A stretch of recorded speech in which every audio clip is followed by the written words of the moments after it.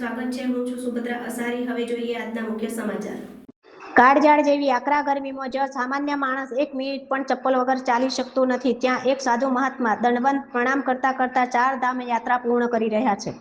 આ સાધુ મહાત્મા હાલ શામળાજીથી પસાર થઈ દ્વારકા તરફ પોતાની શાશ્વત દંડવત યાત્રા આગળ વધારી રહ્યા છે। ધોમધખતા તાપ અને કઠિન પરિસ્થિતિઓ વચ્ચે પણ તેઓ અડગ શ્રદ્ધા સાથે યાત્રા ચાલુ રાખી રહ્યા છે। રાજગીરી મહારાજના જણાવ્યા મુજબ દ્વારકા પહોંચવામાં તેમને અંદાજે 2 મહિના જેટલો સમય લાગી શકે છે। આ અનોખી ભક્તિ અને તપસ્યા ભરેલી યાત્રા સ્થાનિક લોકોમાં આશ્ચર્ય અને શ્રદ્ધાનો વિષય બની રહી છે। રિપોર્ટર संजय गांधी, शामळाजी। जय श्री राम। हमारा नाम श्री राजगिरी महाराज है। हम श्री श्री 160 बाबा नवलगिरी महाराज के शिष्य हैं धौलपुर के। और ये हमारी 4 धाम की दंडवत यात्रा चल रही है, जिसमें 2 हो गई, ये तीसरा चल रहा है। हम 17 फरवरी से ये जो है हमने स्टार्ट किया है।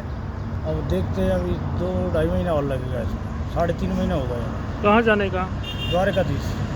द्वारका। आपका उद्देश्य क्या है? ये तो सनातन है, वैसे अनुष्ठान है ये। अनुष्ठान पूरे दंडवत करते हैं? पूरा दंडवत करते हुए ये 2 धाम हो गए, ये तीसरा चल रहा है। इसके बाद बद्रीनाथ, 4 धाम हो जाएंगे।